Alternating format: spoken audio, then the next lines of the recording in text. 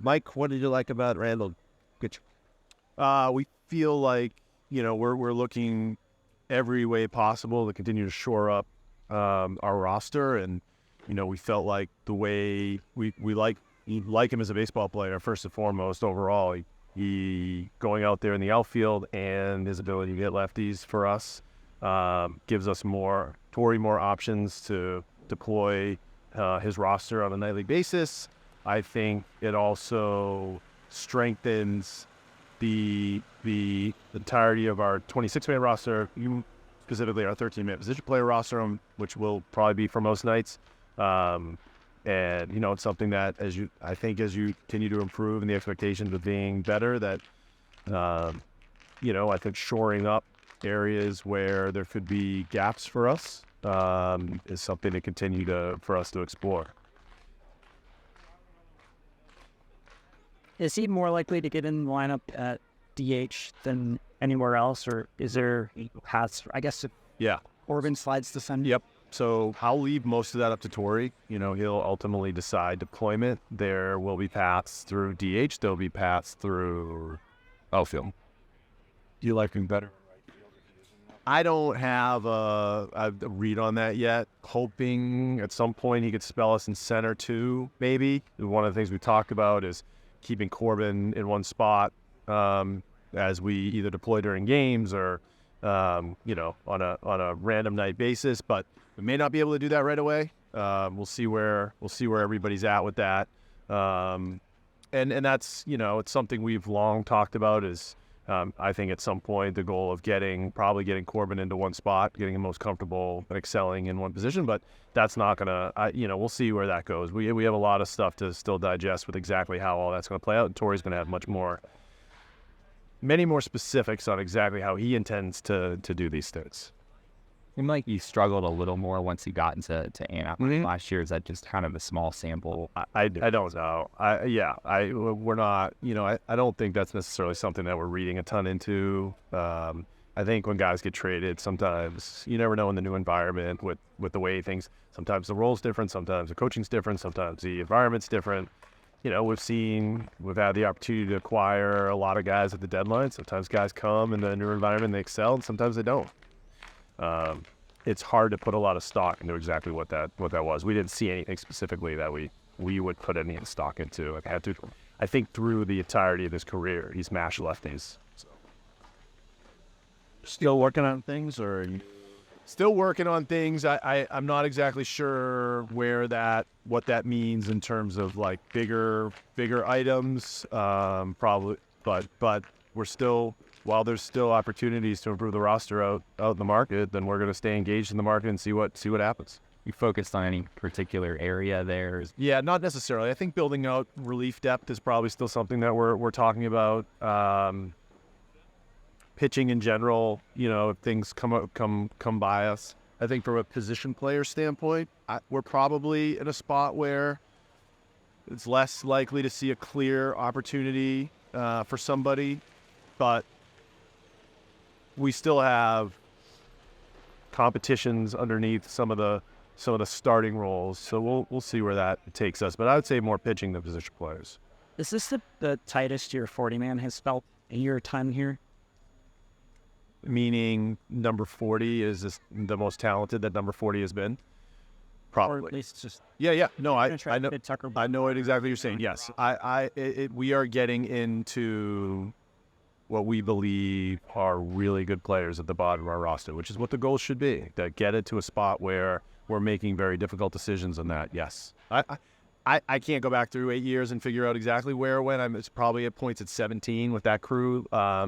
It probably was somewhat similar, maybe even into 18, but in the last 4 or 5 years, for sure. We talked a little bit about that at the GM meetings, about how much you admired Atlanta for how they manage their 40-man roster. Yeah. Can you talk a little bit more about the challenges it presents for you, in evaluating? Yeah, the challenges are good challenges. When you're a successful organization, if you want to be a successful organization, over the long haul, you have to be good at continuing to add to areas that improve your major league team and making sure that your 40-man roster and even the guys that are off the roster but at the upper levels of your system are good baseball players to step in. We're going to take on injury. Every team takes on injury. We probably won't get out of camp without an injury, unfortunately, knock on wood. But that's just what happens. And if that second line of defense is not up to par, that's where you start losing baseball games. And we're trying to ensure that that's as strong as it can be. How do you think the Grichuk signing affects the rest there, the bench? I don't know yet. That's the part where I think talking to Torrey is probably more appropriate. We haven't really started having specific conversations. There's going to be opportunities for guys to get playing time versus lefties. There's going to be we have enough versatility to see what guys can do. You know, we want to give opportunity to guys to go out and show us what they can do, either versus lefties or versus righties.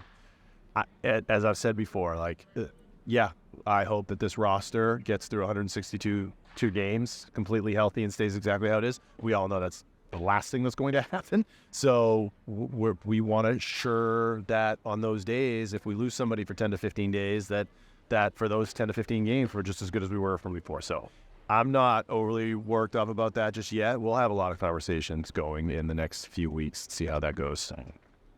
One side. Yeah, seems like the deals that you've done this offseason have been all about low risk, solid, projectable performance guys, leaving the upside perhaps to the young players. Would that be a good way to summarize it? I suppose. I mean, when Lourdes Gurriel had a 900 plus OPS last year through the first half of the season, I'd say there's probably a lot more upside than maybe where we saw it go in the middle of the season, which probably took his overall numbers all the way down. So I think Lourdes Gurriel is just starting to get going as a player personally, and so I think there's upside there for sure.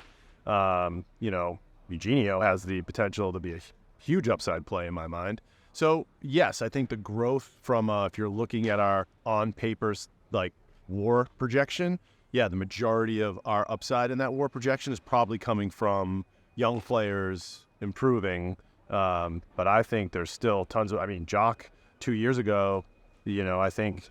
There, from where he may have ended up statistically last season, I think there's a ton of upside there for us too. So I think there's places where maybe that's the impression that that it gives off, but I don't necessarily look at it that way. I think for the guys that we signed, they're really good baseball players and have been in the league for a few years, but there's certainly upside to capture from either what we think coming into the prime of their careers or guys that are bouncing back into where they were a year or two ago, and you have all-star caliber players with upside.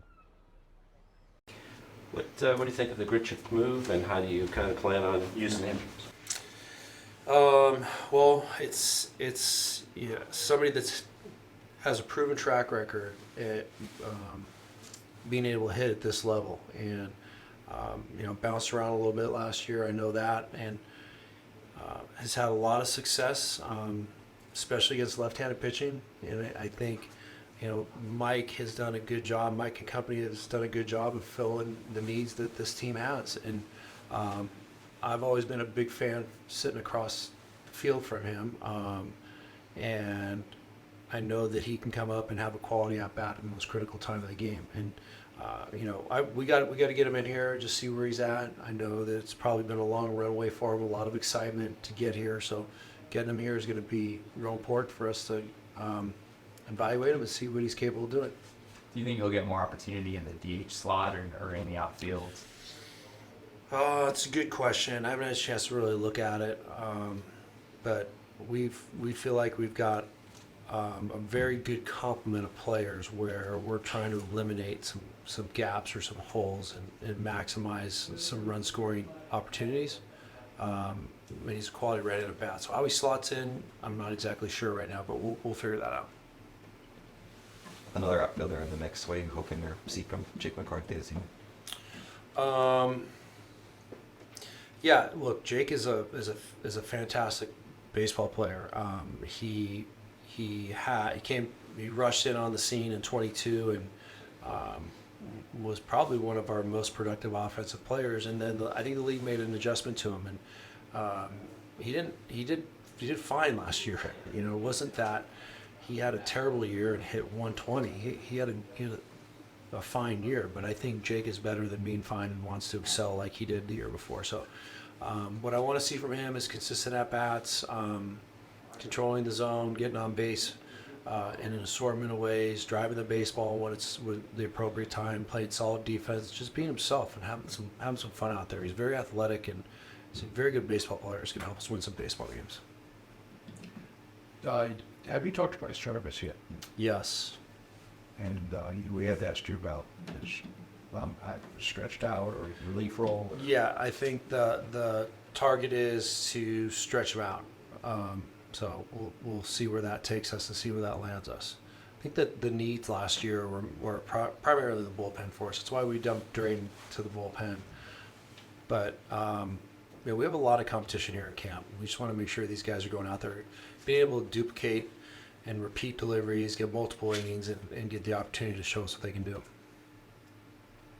I noticed you had a kind of a strike zone contraption out there with this Martinez was throwing. Is that a common thing that you guys use, and what's kind of the point of that? Something I hadn't seen before. Yeah, you could probably ask Strami for more of the technicalities of it, but it was a suggestion that we all had, and Strami said he insisted on it being part of his next set of bullpens. So it's just to get him in the zone. I think his big challenge is to be consistent with his fastball. There's a lot of velo there. There's a lot of swing and miss potential, but it's got to be on or near the plate. So I think Strami just wants to reinforce those good habits and get him going a little bit quicker. We want to see what he could do. He's a very, very talented player that when it clicks and gets moving in the right direction, it's happening really fast. He's going to be a really good big leaguer. We're seeing specifically for Ryan. Not the Ryan Nelson. Yeah, I liked what I saw today. The shape of the secondary stuff, and I know I was on record as saying that the other day. The shape of the secondary stuff. I saw some good change-ups as well. The fastball, all pitches were around the zone, and it seemed to. I haven't seen any of the data or had any conversation with the pitching coaches, but it seemed to tunnel well, and I didn't see a lot of really good swings off of him. Looked like he had a good day today. Same with Tommy too. I noticed that Tommy threw the ball extremely well. Castellanos' foot is fine.